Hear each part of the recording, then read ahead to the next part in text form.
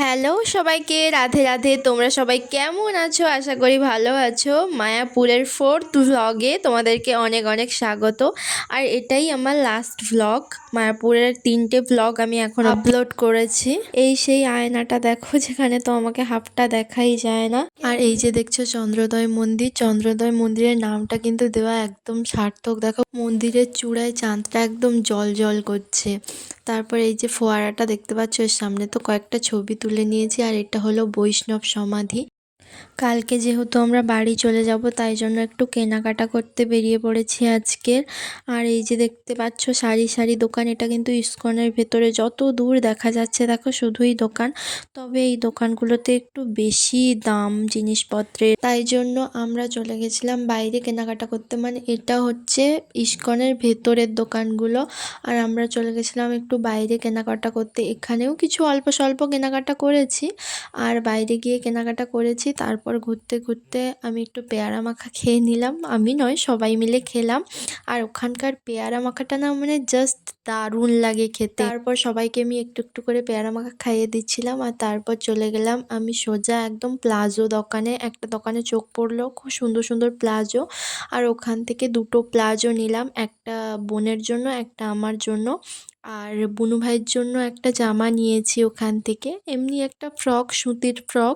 আমার তো কেনাকাটা শেষ হয়ে গেছে, আর আমার দিদিরও কেনাকাটা শেষ হয়ে গেছে, মানে ছোটদির।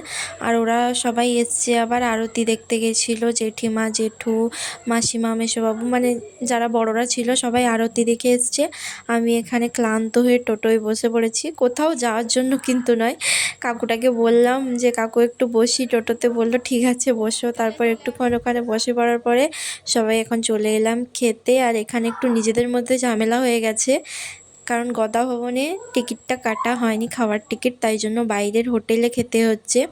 বাইরের হোটেলে বলতে এটা কিন্তু নিরামিষ হোটেল, আর ইস্কনের একদম সামনে। হোটেল থেকে খাওয়া দাওয়া করে, আর রুমে 4জন আছে, তো সবার জন্য, সবাই নয় 4জনের জন্য এই যে খাবার নিয়ে যাচ্ছি। কালকের পর আর ভিডিওটা কন্টিনিউ করা হয়নি। এখন সকালে উঠে সবাই রেডি হয়ে গেছি বাড়ি যাওয়ার উদ্দেশ্যে। সমস্ত ব্যাগপত্র গুছিয়ে নিয়েছি। অনেক কষ্ট হচ্ছে আজকে, এতদিন ঘোরার পর সবাইকে এখন বাড়ি ফিরে যেতে হবে। ভালোই ঘুরিয়েছি, দারুণ। তো এবার আমরা বাড়ি যাচ্ছি, ভালোই কাটলো। এখন একটু মন খারাপ, যেহেতু চলে যাচ্ছি। এবার যে যার কাজ বাজ সব নিয়ে ভগবান যদি কৃপা করে আবার আসবো। এখন বেরিয়ে যাচ্ছি। কি কি হয় সবটাই তোমাদেরকে শেয়ার করব, দেখতে থাকো। বাইরে গিয়ে হয়তো একটু কেনাকাটা হবে আবার।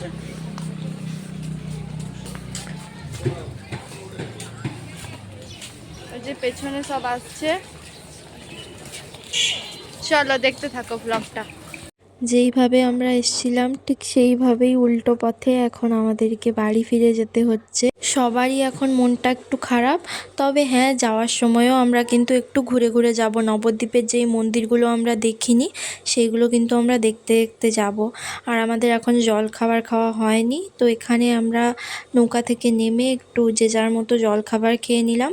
আর এখানে তো পূজা বার্গার খাচ্ছে, আমি এটা নিয়ে ওকে একটু আবার খেপিয়ে দিলাম। সবাই মিলে লুচি আর ছোলার ডাল দিয়ে জল খাবার খেয়ে এখন বেরিয়ে পড়লাম, যাব সব মন্দির দর্শন করতে। নবদ্বীপে তো বিভিন্ন ছোট ছোট মন্দির রয়েছে।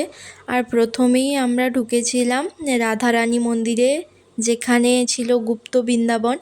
আর আমার ভাগ্যটা এতটাই খারাপ, আগের বারে এসেও আমি এই গুপ্ত বৃন্দাবনটা দেখতে পারিনি, আর এবারে এসেও আমার সেই সৌভাগ্য হয়নি গুপ্ত বৃন্দাবন দেখার। তো কি আর করা যাবে, তারপর গেলাম আমরা সোনার গৌরাঙ্গ দেখতে। তোমরা যারা যারা দেখোনি তারা আমার ভিডিওর মধ্য দিয়ে দেখে নাও। মন্দির টন্দির দেখা শেষ করে আমরা টোটোয় করে চলে এসেছি বিষ্ণুপ্রিয়া হল স্টেশনে। এখান থেকে ট্রেন ধরে হাওড়া যাব, তারপর হাওড়া থেকে আবার ট্রেন ধরে মেছেদা।